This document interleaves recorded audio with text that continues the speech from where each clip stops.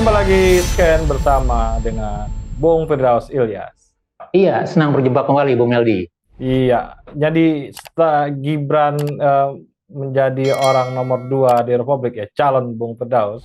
Kemudian tiba-tiba Kaisang juga nih udah mulai memberikan aba-aba ya, ini apa sandi-sandi pramuka ya, dia mau juga maju jadi gubernur Udah DKI gitu ya. belasak belusuk dia. Rasa gusuk. Kemudian kita teringat di DKI ini sebenarnya memang eh, tangga paling enak Bung Firdaus untuk maju ke pentas nasional ya. Paling asik lah DKI ini. Betul. Nah, selesai itu kita lihat Kaisang ini banyak orang-orang di DKI yang perlu dia menjadi kompetitor waktu itu ya. Sahroni misalnya. Kemudian juga bisa jadi Ahok ya, didukung lagi sama PDIP, ini menarik ya. Kemudian RK RK juga ya. mungkin.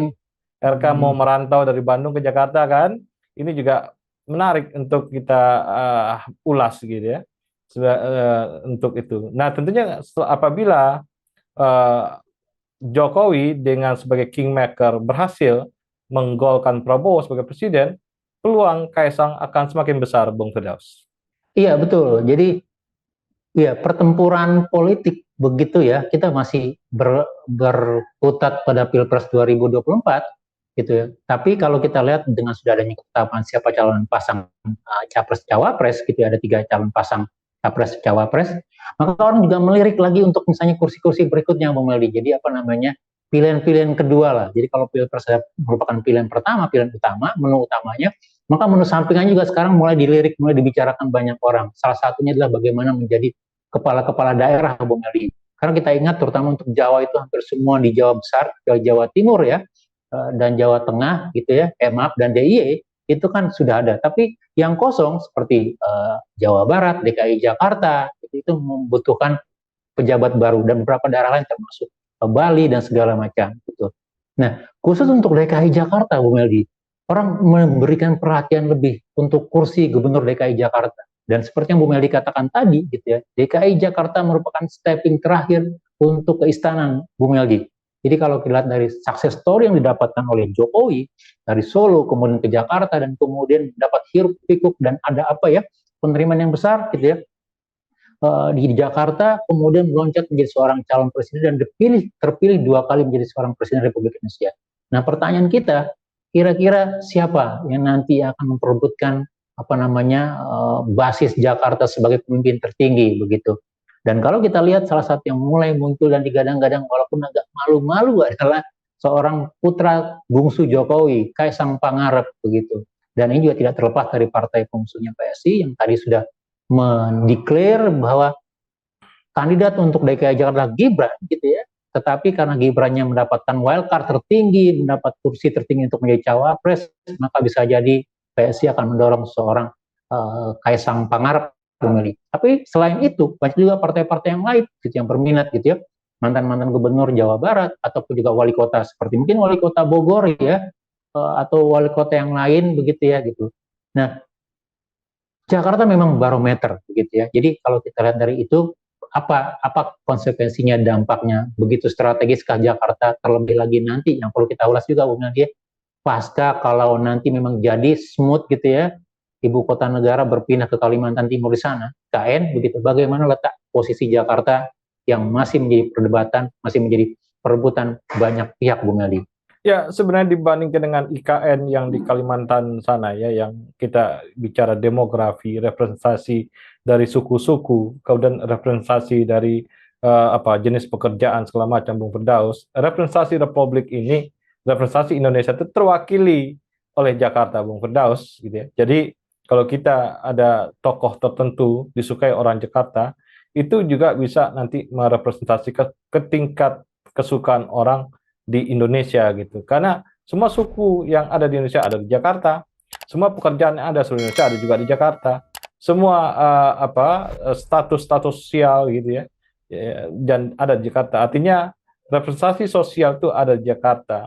Sehingga ini pertarungan sebagai sebelum babak utama ya, divisi 1 itu ada di Jakarta, Bung Firdaus, sebelum masuk ke babak utama. Dan inilah yang sebagai tempat candra di muka para pemimpin ke depan, dia harus bisa dulu bisa bertempur di Jakarta, Bung Firdaus. Iya betul. Jadi kalau kita lihat Jakarta ini merupakan pijakan grade A ya, grade A1 bintang 5, terutama untuk Pulau Jawa begitu sebagai stepping atau apa lompatan untuk karir politik berikutnya, Bung Gali.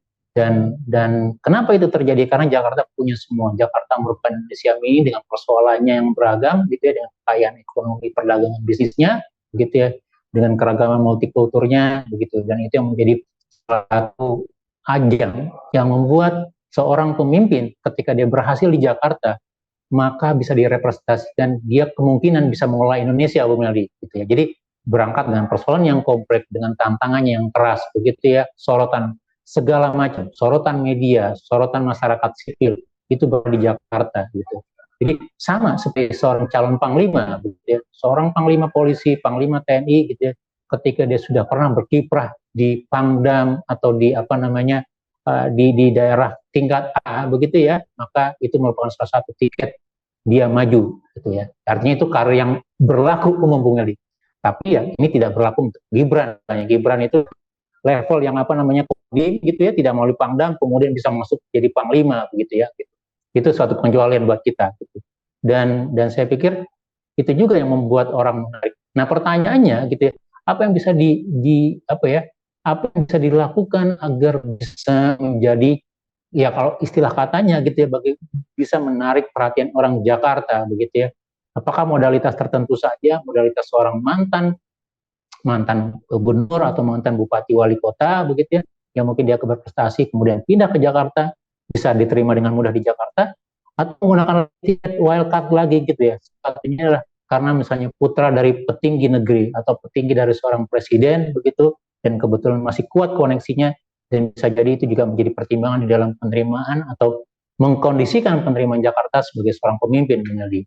Ya, yang paling sebenarnya yang paling ditakutkan orang di Jakarta, Bung Firdaus, adalah pemilih sangat rasional untuk memilih tokoh-tokoh yang dia sukai gitu ya. Jadi politik yang inheritance, yang warisan gitu akan sulit, yang dinasti itu kan sulit untuk masuk ke Jakarta karena tentunya ada sentimen-sentimen pribadi orang terhadap kedinastian atau ketidak masuk akalan seorang seorang figur terlalu muda untuk memimpin Jakarta gitu ya. Nah, yang ketidak masuk akalan ini mungkin tidak akan berlaku di Jakarta. Yang ketidak masuk akalan ini atau efek Jokowi efek misalnya itu hanya berlaku di tempat-tempat lain, di Jakarta akan tidak berlaku, Bung Firdaus. Mungkin ini hanya analisis saja, tapi saya kira satu-satunya pemilih rasional di Indonesia yang kita bisa ambil representasinya adalah Jakarta. Iya betul. Jadi kalau dikatakan tadi apakah dengan mudah begitu ya, pasangan-pasangan atau orang yang punya ambisi untuk menjadi gubernur pemimpin DKI Jakarta bisa masuk. Nah saya pikir catatan yang disampaikan Bu Meldi salah satu garis besarnya begitu ya Bu. Jakarta sebagai kota besar yang notabene mewakili kelas menengah kelompok rasional, walaupun sekali lagi juga tetap ada juga misalnya kelompok-kelompok yang di bawah, tanda kutip yang misalnya karena figuran tertentu atau karena mitologi tertentu melakukan pilihan-pilihan politik misalnya. Tapi kalau kita lihat dari berkaca dari sebelumnya, begitu ya, bahwa untuk menjadi seorang pemimpin Jakarta tidak cukup dengan modal populis, modal apa namanya keturunan atau dinasti tertentu, tapi juga harus dilihat dari sisi program, dari sisi kemampuannya, kan juga bagaimana dia bisa mengatasi atau menawarkan program-program dan mengatasi persoalan di Jakarta, Bung. Dan itu terbukti kalau kita lihat dalam pilkada 2017 misalnya, begitu ya, untuk pasangan Anies dan apa namanya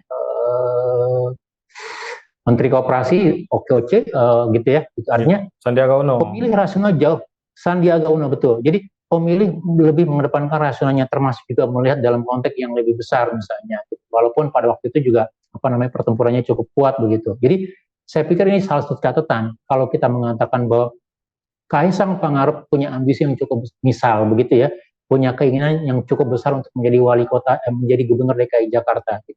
Nah, pertanyaannya, apakah Anda sudah memiliki beberapa cap kemampuan tadi begitu ya? Karena pemilih Jakarta jauh lebih kejam dibandingkan pemilih Solo atau Jawa Tengah misalnya, atau pemilih-pemilih yang lain begitu.